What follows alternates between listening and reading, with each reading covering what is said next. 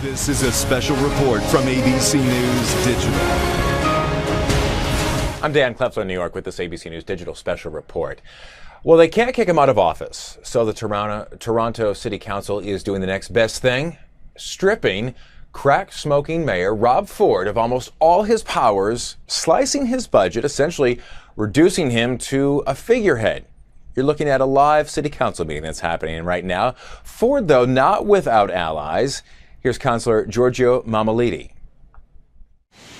Councillor Mammoliti. Madam Speaker, after looking at legal advice, I've come to realize that it is not in my best interest as a councillor to vote on anything today at its final stages, that I will be making some amendments or trying to make amendments to make this matter legal, and I will stand and speak to that effect, but I will not play part of this illegal meeting. All right. And so, the mayor's brother, Doug, also voted against those penalties. It's something the men could discuss on their new TV show, that program beginning tonight. Here's a preview. I'll do a drug test and alcohol test right now. And I put a motion forward that every councillor do it too. You know what? They jumped up. They don't want anything to do with it. And then on our last council meeting, everyone says, "Oh, we're going out drinking after." Put that back on the next meeting? Yes, absolutely.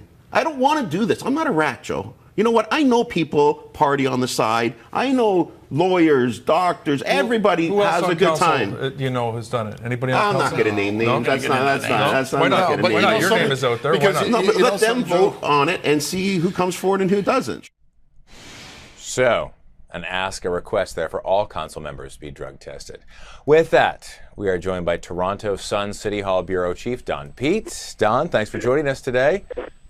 No problem. All right, so what is today's vote? What's essentially going to take away from Ford that it hasn't already been taken away? Today they'll basically be taking away the mayor's staff. He'll be cut from about 20 people down to 8. And he'll also be losing most of his office budget. So he'll basically be mayor in name only after today. He still will be able to show up at events. He'll still be the city's CEO, but he won't be running the ship. He definitely won't be steering it. He holds the title, but he won't hold the budget anymore. Exactly. So Councillor Doug Ford, he challenged the proceedings today. I want to listen to what he said. Has he showed up to work every day and fulfilled his job? Councillor, those Please, inquiries. no disruptions. Those inquiries belong to one of the accountability officers to be reviewing if there's an issue. I'm glad you said that. Thank you for answering the question, because what it should be, the complaint should be filed through the city's integrity commissioner rather than this kangaroo court. Do you not agree? That's not a question for me to agree with or not. Then who is it to ask? The process of this council, if there's a code of conduct, should be going through the right process. It shouldn't be happening with I'm getting to my question, thank you. Okay, Councillor Ainsley, you got your own issues. Councillor I Ford. wouldn't be saying too much.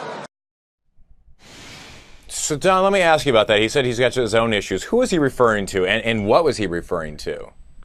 Councillor Doug Ford was referring to Councillor Paul Ainsley, who earlier this year was stopped in a police roadside check.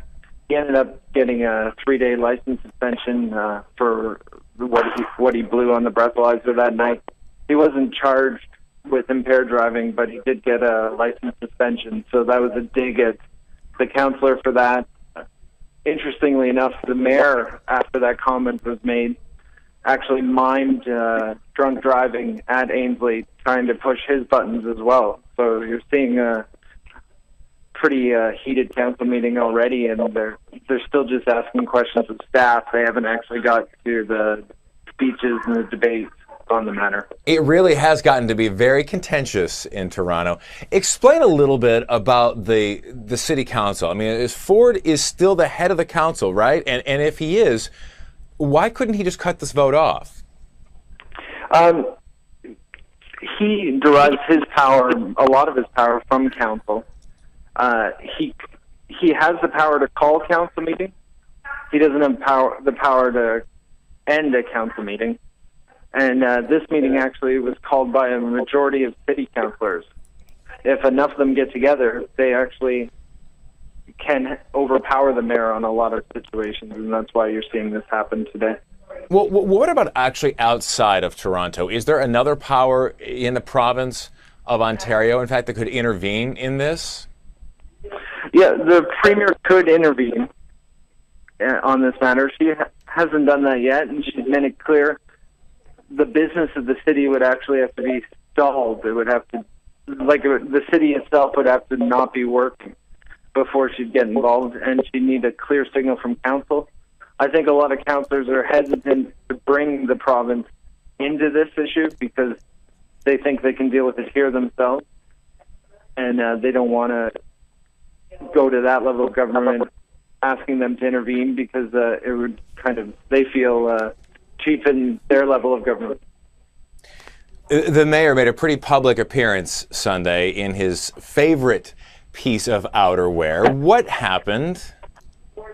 The mayor ended up showing up at the Toronto Argonauts game. It was a playoff game against the Hamilton Tiger Cats, little Canadian football, not American football. And he got to the game. He was kind of hailed as a rock star by a lot of people, but I think he was also kind of getting his a fair share of jabs from a lot of the football fans there. He definitely was kind of mauled by people wanting to get a picture with him, wanting to get his autograph, trying to be a part of this ongoing political story that seems more like a reality TV story at the time. And Don, lastly, before we let you go, then, what has been the reaction, obviously, for people that you talk to on the street, because I know this has sort of played out over the past couple of days. When the story first broke, I think a lot of people in Toronto, and I'm sure around the world, were very surprised about this now. Is there a sense of exasperation that this was just done and over with and no one wants to hear about this? There's definitely exasperation. I think a lot of people are shocked that he hasn't been shamed by this, hasn't kind of come forward and stepped aside, at least temporarily, to deal with a lot of these personal issues and to kind of take the heat off the story. But, I think people are shocked that he's done the things that he's admitted to, and they're even more shocked by the allegations that are still out there.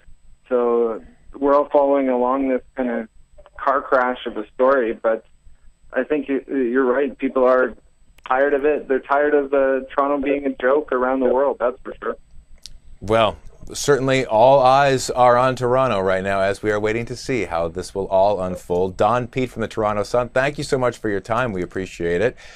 We do have a complete report right here on abcnews.com. For now, I'm Dan Kleffler in New York with this ABC News Digital Special Report.